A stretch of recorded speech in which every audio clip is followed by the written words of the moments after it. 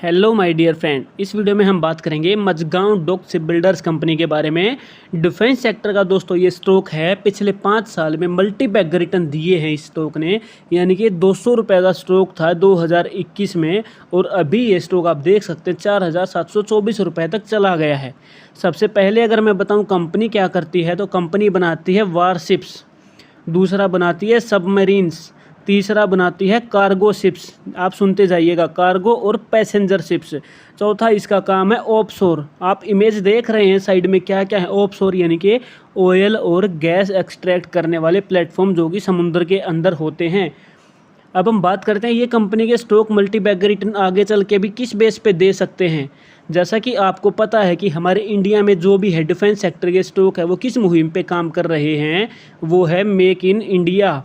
ठीक है, make in India यानी कि इंडिजीनियस चीज़ें बाहर से खरीदने की बजाय हम खुद बनाएंगे, अपनी मेटलर्जी को स्ट्रॉन्ग करेंगे, उसके बाद हम चीज़ों को बनाएंगे तो काफ़ी पैसा हमारा बचेगा और बहुत बड़ा रेवेन्यू, और जितना भी पैसा होगा देश का पैसा देश के अंदर ही यूज़ होगा। समुद्र के अंदर से सी साइड से हमारी डिफेंस सेक्टर को मजबूत होना बहुत ज़रूरी है अगर हमें चाइना को कम्पीट करना है।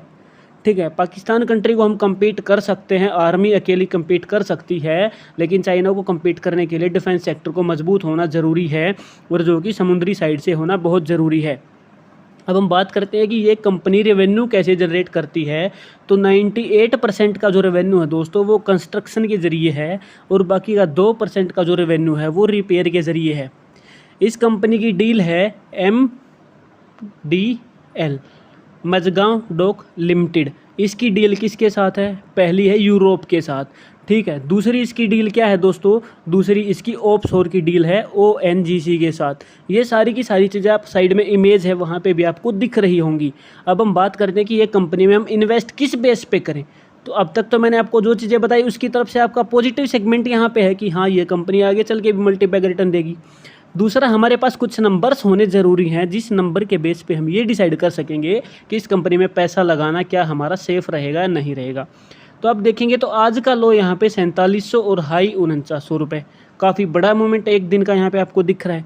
अब यहाँ पे आप देखोगे तो 52 वीक के मिड पे आ गया ये। 1742 लो था, 5860 इसका हाई था, अभी ये 4700 पे है। और अगर हम बात करें फंडामेंटल की तो 31% की रिटर्न ऑन इक्विटी है दोस्तों इस स्टॉक की। डिविडेंड भी पे करती है। उसके बाद बुक वैल्यू 309, 1 लाख करोड़ का मार्केट कैप वाला स्टॉक है दोस्तों ये। PE रेशो 43, इंडस्ट्री PE 43, यानी कि ये हमारा थोड़ा सा और कम होना चाहिए। प्राइस ड्रॉप 1 महीने से हो ही रहा है। अब हम बात करेंगे आगे चल के इसमें कि DII क्या क्या करती है, उससे पहले इसके क्वार्टर्स के रिजल्ट भी देखना ज़रूरी है। लेकिन आप देखोगे तो 1 महीने से ये प्राइस ड्रॉप हो रहा है ना, तो अभी ये थोड़ा सा और ड्रॉप होने की पॉसिबिलिटीज़ है, थोड़ा सा प्राइस और ड्रॉप, यानी कि लगभग 4600 और 4500 तक। क्योंकि अगर आप आगे चल के देखोगे, मेरे साथ वीडियो में बने रहोगे, तो वहाँ पे आपको देखने को मिलेगा कि ये अपने डिमांड जोन के पास में आ गया है या नहीं आ गया है, साइडवेज ट्रेड करेगा या नहीं करेगा। ठीक है, एक दिन का ड्रॉप 5% का है। आगे चल के हम और भी चीज़ें इसमें देखेंगे।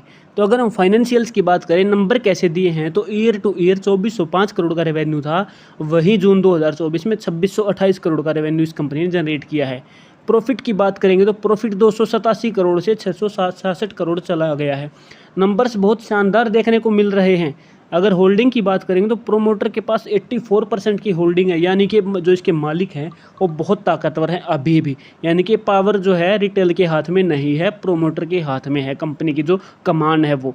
अब बात करते हैं यहाँ पे, तो मार्च के बाद से दोबारा से जून में FII और म्यूचुअल फंड बढ़ने शुरू हो गए हैं। जून के कंपैरिजन में देखोगे तो FII यहाँ पे मार्च में कम हुई थी, लेकिन मार्च के बाद से दोबारा से बढ़नी शुरू हो गई है। म्यूचुअल फंड बढ़ रहे हैं, रिटेल इन्वेस्टर भी यहाँ पे आप देखोगे तो अभी बढ़ने शुरू हो गए हैं। तो अभी यहाँ पे क्या है कि एक पॉजिटिव सेगमेंट, पॉजिटिव व्यू जो है लोगों का बन गया इस कंपनी के बारे में। फंडामेंटल बहुत ही स्ट्रॉन्ग हैं।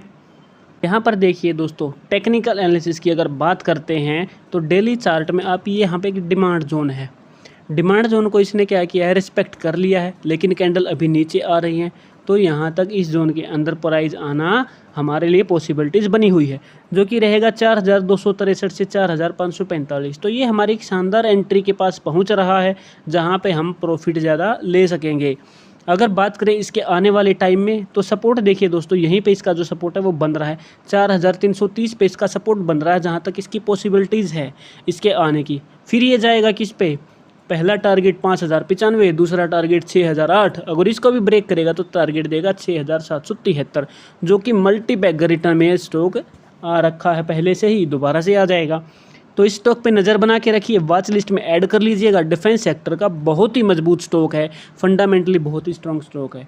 तो मुझे उम्मीद है वीडियो आपको पसंद आई है। वीडियो पसंद आए तो वीडियो को लाइक करें और चैनल को सब्सक्राइब करना ना भूलें। और एंड तक वीडियो देखने के लिए थैंक यू वेरी मच।